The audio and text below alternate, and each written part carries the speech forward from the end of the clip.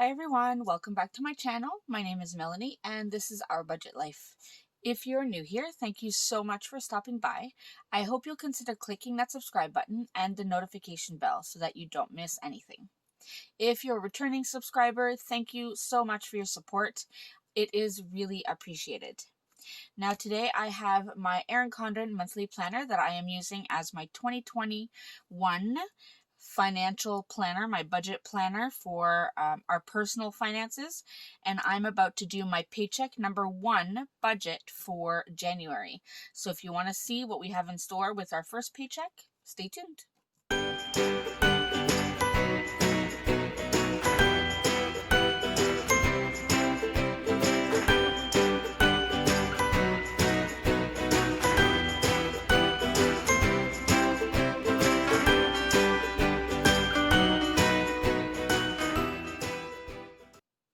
All right, so as I said, I am getting ready to set up my first paycheck budget in my beautiful new planner. Now, we already have our monthly budget. I haven't set up my weekly check-in yet because it's not the end of the first week. So I'm just going to flip the page and we are going to do our paycheck 1 budget here. Now, to do that, I have printed this sheet. This is from my Etsy shop, and this is the paycheck budget sheet. So this is the one for first paycheck. If you are interested, you can buy these on my Etsy shop. I have first all the way through 5th paycheck in case you get 5 paychecks in a month. Some people get paid every week. I get paid bi-weekly, and so does my husband, of course. So we only usually need 2, so that's why I'm going to use the first paycheck now. I also have on the side here some leftover thin decorative washi that I can use if I need it. So I'm just going to go ahead and lay this down and we will get started. Now this is going to be a little bit of a different paycheck budget because my husband, he is what we call a supply teacher or a substitute teacher, but he's on a long-term contract, so he's filling in for maternity leave. Now, that teacher is supposed to come back at the end of January. We don't know that yet, but technically his contract ends at the end of January. Now, the thing is when we were on holidays, he doesn't get paid for holidays. So I'm expecting that he will not get a pay for this paycheck. So I'm not going to add anything for him, and I'm going to try to budget accordingly. I did save money aside, knowing that this would happen, but I want to try to budget without it, and then we can leave that money in the account as a buffer in case his contract isn't renewed at the end of January, and if he doesn't find something else really soon. So I want to make sure that I have that money in the account. Now, I'm doing all this talking and I'm not even focusing on what I'm doing. All right, so I want to lay down this income strip, and I can leave myself a bit of space because we don't have too much to write down. And I'll put that there. Now, the one thing is I did not do a draft budget this time. Usually, I have a draft budget that I make on the side that I use kind of as a guide. So I didn't do that this time. I wanted to just go ahead and get this done. So hopefully I don't make any mistakes. So we'll see. Now, let me go ahead. I'm going to write Mel Pay, and then I'm going to add in pay from Etsy because now I am paying myself from my Etsy business, and you will see that when I do a business budget kind of review. So I will put Etsy pay,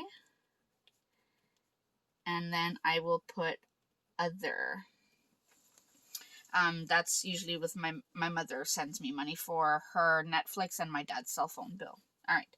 Now I am estimating to get approximately $2,200 this paycheck. For Etsy, I am estimating only approximately $50, so nothing really earth-shattering. And then other, my mother usually sends me the $60. Hold on, let me zoom you in so you can see a bit better. All right, that's a little better. So that means we are looking at $2,310 if I know how to do math. Hold on. Let me get my calculator just to make sure, because knowing me, 2,200 plus 50 plus 60, yeah, 2,310. So 2,310 is the estimated income for this paycheck. And that is without budgeting the money that we put aside for my husband's missing pay. So we'll see how we do. Now, looking at my monthly budget and my month overview, I need to see, so our pay is right here. So I need to account for anything between the 7th until the 20th. And that's when our next pay is on the 21st. So anything from the 7th until the 20th, I need to make sure I have the funds for it. So I'm going to start by writing those down as the bills. First, it would help if I put this expense strip down. See, I'm doing all this talking again and not focusing on actually setting this up. Okay, so we have the expense strip down. Okay, now I can go ahead and write the bills. So I know that starting off on the 7th, on our payday, so I will have my van payment and then my husband's car payment. And I'm just going to write the list first, and then I'll come back and do the amounts, because I want to see how long I need to draw the line so that I'm not using the whole page really, unless I have to, of course. Then we have Netflix. So this will be my mother's Netflix account. Then we have Crave. Then, all right, we have home insurance. We have our RESPs, which are our registered educational savings plans. That's the money we put aside for our children to go away to university so they don't have to get student loans. Then I have my Microsoft account. Then my husband has his car insurance. And we have one of the Amazon payments are due. And that's it until the 20th. So those are the must pay for this first paycheck. Then we have our usuals, which are groceries, gas, restaurants, and other. I'm not going to put unbudgeted. I know before I did, but I don't want to put unbudgeted on this paycheck, because we will calculate all of the unbudgeted will be in our weekly check-in, and then we'll go on our final monthly budget. So I don't really need to track it on the paycheck budgets. So I think that is pretty much it. So let me put the total expenses strip. And I'm going to leave a couple spaces, because knowing me, I may have forgotten something. I'm hoping I didn't, however, you never know. So I will leave a few spaces just to make sure. And then I can go ahead and draw my lines. And good thing, because look, I even started writing crooked. So this is why I draw lines. I don't like crooked writing. All right. So we'll do that, and then the last one, right here. Okay, so van payment I know is $267.55. The car payment is $180.14. Netflix is $9.99. These payments I know by heart. Then Crave. Let me look here. Crave is $29.35. $29.35. Home insurance is $48.43. RESPs are $116.98. And Microsoft is $12.43. Car insurance is $6.61. And this Amazon payment is, where are you? $14.68. $14.68. Now, before I add anything here for the groceries and stuff, I want to see what this adds up to, because I am working with a limited budget and I want to try to make it work with this money as much as possible so that I don't dip into the money that I did put aside. I'd rather have that safety net there. So let's see what this adds up to. All right, so that's $1,340.55. Let me get a sticky note that I can write that on so that I don't forget. So that is $1,340.55. Now, if I subtract that from what I think I'm bringing in, that leaves me approximately $969.45. All right. Now, I usually budget, if you look at my main monthly budget, I usually budget $8.50 for groceries. And if I were to divide that by 2, that would be $4.25. That would take a big chunk of this money. So I'm not going to budget $4.25. Same thing with gas. I did budget $400 because I know we're not really going anywhere. But now we're not going anywhere even less because of, schools being closed for a week. My husband and I are teaching from home until pretty much the end of January. So we're going to be driving a lot less. So I can budget less for gas. Restaurants, I only budgeted $200. So that would be $100 every 2 weeks, which I know is not realistic. We usually spend way more than that. But we will probably have to just tighten the straps and make sure that we don't spend as much to really make sure we fit this budget in. So $9.69. Now, I do have my sister's birthday coming up in this time period. So I know that I want to put $50 away for that because I do want to get her something.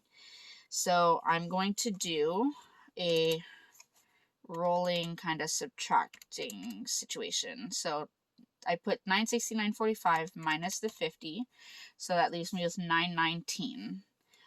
So gas, let's go ahead and give ourselves let's see, I'm going to say $100. So minus 100, so we're at $819. If I do minus $425, which is what I budgeted, that leaves me $394. So I'll budget the $425 here, and that leaves me $394.45 to budget for restaurants. Hopefully I don't even go near there. I'm going to put $150, so minus $150. So that's $244.45. Now I'm glad I actually added this because I forgot I have my savings challenges that I'm working on. So savings challenges, and let's look at approximately what I might pay the first time. So that's my bill tracker, debt tracker. All right, so if I go to the nickel challenge, I'm looking at 2, 4, 6, 7, let's say about $2, give or take $2, and that is, first paycheck is $3, so up to $5. The 52-week challenge, I could pick any number I want. Since I have some funds to work with, I might just go ahead and give myself, I don't know, 50, so we're up to $55. And then I have my change jar, which is different. So let's go ahead and put the $55 towards the savings challenge. Actually, you know what? Let's round it up to 60 just to be sure. And then whatever I don't put towards it, I can just put aside. So let's put $60 here. So we were at $969.45 minus 425 minus the 250 minus 50 minus 60. We still have 184.45, and I think I'm going to leave that. So let me put down this last little decorative strip. Because it is going to be such a tight budget, I know usually I like to do a zero-based budget, but because it is going to be a tighter budget, given that we are working with just my income, I'm going to leave myself a small buffer that doesn't include the money that we left in our account from my husband before. So let's just go ahead, and we are going to say that we are going to end up with approximately $184.45 as our buffer. So I'm going to go ahead and just add all of this up again to write the total and make sure that I added everything correctly, and then we'll come back and just talk. All right, so the total I have for total estimated expenses is $2,125.55. And if I add that with what I have here, 184.45, that does give me 2310. So I am right on. So that is my first paycheck budget. And like I said, it's going to be a tight one. Let me zoom you out for a second. So it is going to be a tighter budget than usual just because we only have my income here. Now, should my husband get money that I'm not expecting, then that's fine. I will probably add it in under the other category for now, and then just add a note that it's his pay. And then when we calculate it for the monthly budget, I can take that into account. But for now, this is what we are looking at. Now, what I do want to do, actually, no, I don't want to do that. Never mind. I don't know what I was thinking. That is pretty much it, I guess. This is the first paycheck budget. So we have everything listed. We have our accounts here, our variable expenses. Now, I was hoping that 2021 I would be able to use cash envelopes for our variable expenses, like the groceries, gas, and stuff.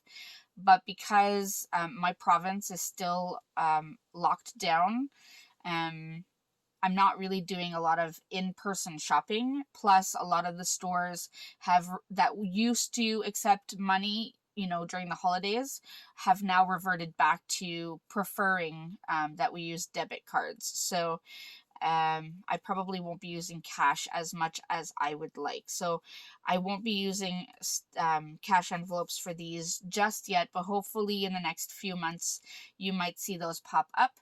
And in terms of sinking funds, hopefully in the second paycheck budget, I will be able to add some sinking funds.